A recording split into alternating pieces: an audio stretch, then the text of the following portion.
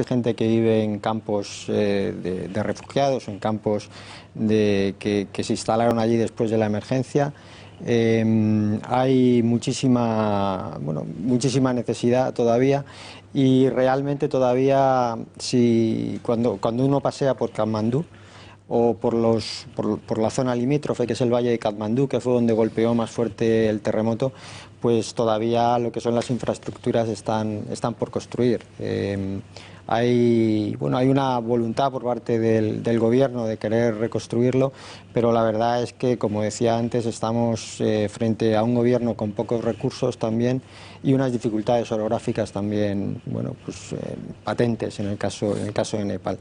Esos terremotos dejaron más de 320.000 niños huérfanos. Imaginamos que ellos son presa fácil para estas mafias. Sí, huérfanos, menores no acompañados, aquellos niños y niñas que durante un momento de caos tremendo, como puede ser un terremoto, pierden el contacto con sus familias, con los adultos, con sus hermanos mayores, con sus padres, etcétera, pues evidentemente son presa fácil para estos traficantes, ¿no? Y la organización con la que nosotros trabajamos, Maite Nepal, nos contaba y nos decía que efectivamente justo después del terremoto ellos tuvieron que incrementar el número de personas para evitar el tráfico. Mighty Nepal, una de las facetas de su trabajo es que tiene puestos en la frontera con India. La frontera entre Nepal e India es una frontera abierta de casi 2.000 kilómetros de longitud, en la que hay muchísimos puestos fronterizos, en la que los ciudadanos, tanto de un país como de otro, pasan sin necesidad de control de pasaportes, con lo cual es muchísimo más fácil para las mafias operar en esta zona. Lo que hace Mighty Nepal es, trabaja con las víctimas que han sido rescatadas de los burdeles, que son, unos aliados muy buenos para la policía, porque son capaces de reconocer, han pasado ya por esa situación, son capaces también de reconocer incluso el lenguaje no verbal, ¿no?, que tienen estas jóvenes que han sido engañadas, que van en busca de ese, el dorado que no existe, y nosotros lo vimos, ¿no? Interceptan a casi todas las jóvenes que pasan, les preguntan dónde van, les preguntan qué les han dicho, cuáles son las expectativas, y les informan sobre la trata y cómo operan las mafias. El mayor porcentaje de víctimas son mujeres y niños. Sí, el 80% de las víctimas son mujeres y niños. Y el modo de operar puede ser muy variado, es dramático que a muchas niñas y muchos críos les secuestran para convertirles en esclavos y venderles, pero en ocasiones son los propios padres quienes venden a su hija. Sí, como decía antes, no se trata de los padres venden a las hijas para mandarlas a un burdel, sino que efectivamente ante una situación de dificultad hay que tener en cuenta que también en Nepal hay una desigualdad de género tremenda, con lo cual las familias muchas veces consideran a las hijas como una carga si no logran casarlas, ¿no? Con lo cual hay las familias, que en un contexto de mucha pobreza, en la que no hay salidas económicas, las mafias llegan, les ofrecen un futurible trabajo, un posible trabajo en la India o en los países del Golfo, que también es un país de destino, y con el acicate de un poquito de dinero, ¿no? Y digamos que ese es el precio, ¿no?, que reciben, ¿no? Pero en la mayoría de los casos, en la inmensa mayoría de los casos, las familias desde luego no saben cuál es el destino real de sus hijas, ¿no? Nepal ocupa el número 20 del ranking de países en los que existe mayor esclavitud. ¿Cuáles son los que encabezan esa dramática clasificación? Bueno, la verdad es que hay muchos países, ¿no? En el sudeste asiático hay bastantes países que están en esa zona, en este ranking, perdón, pero la verdad es que es un problema global, como hablábamos antes, ¿no?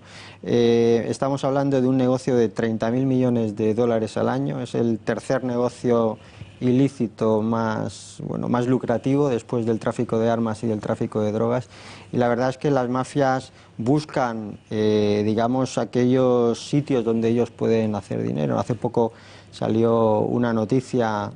meses salió una noticia que 10.000 menores habían desaparecido dentro del territorio de la Unión Europea, con todo el flujo de refugiados que venían de Afganistán y de Siria, ¿no? Y habían desaparecido, digamos, dentro del territorio de la Unión Europea, y la policía, el Interpol, se temía que la mayoría hubieran acabado en las manos de los traficantes de personas.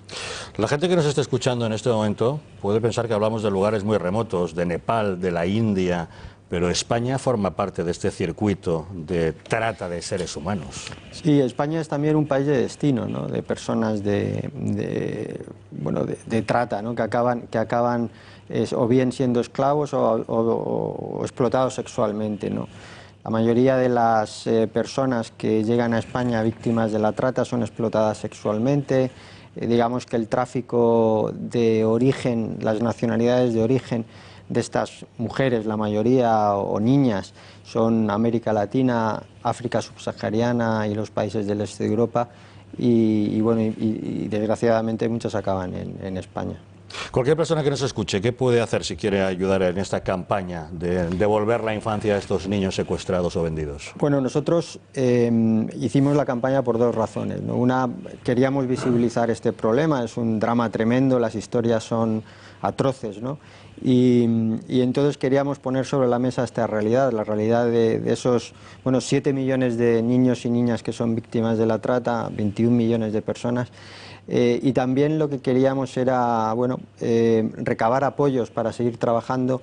En este caso nosotros trabajamos en Nepal, pero para seguir trabajando y sacar del mercado a estos niños y niñas y devolverles la infancia, ¿no? Nosotros tenemos un teléfono abierto que es el 985 85 88 y les atenderemos y desde luego emplearemos su dinero en trabajar contra la trata, trabajar contra las mafias.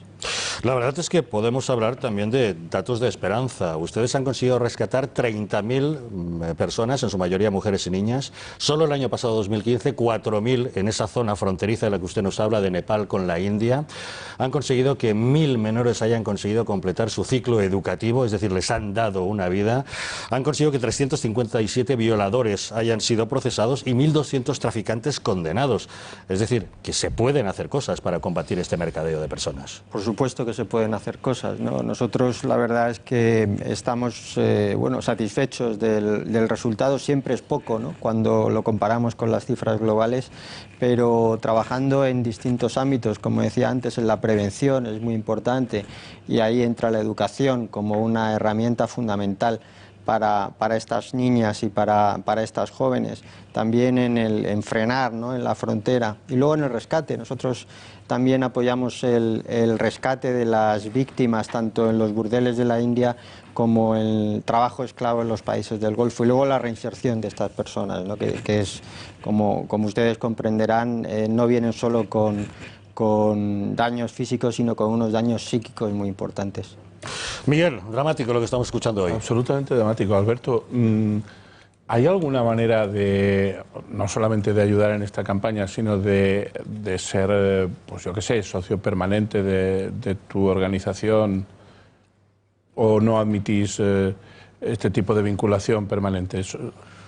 ¿Cómo funcionáis? No, por supuesto. O sea, nosotros afortunadamente somos una organización independiente, dependemos, el 80% son socios, padrinos, que apoyan el trabajo que nosotros hacemos, y la verdad Por ejemplo, yo que quiero hacerme, que te lo digo como ofrecimiento si es posible, hacerme socio de la organización, es muy complicado. Es tan sencillo como llamar al 985 85 88 y te atenderemos perfectamente y te tramitaremos tu alta como socio. Ah, pues mañana la tienes. Pero aparte de eso quería preguntarte, a mí hay gente que me dice, y la pregunta no va con mala leche, sino todo lo contrario, porque es para que tú lo expliques y que seguro lo harás bien.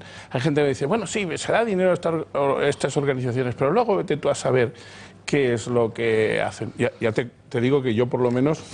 Miguel, mucha gente duda de las acciones de la ONG. Nosotros, periodísticamente, también somos los primeros en poner todo en duda. Les recordaré que hace un año aproximadamente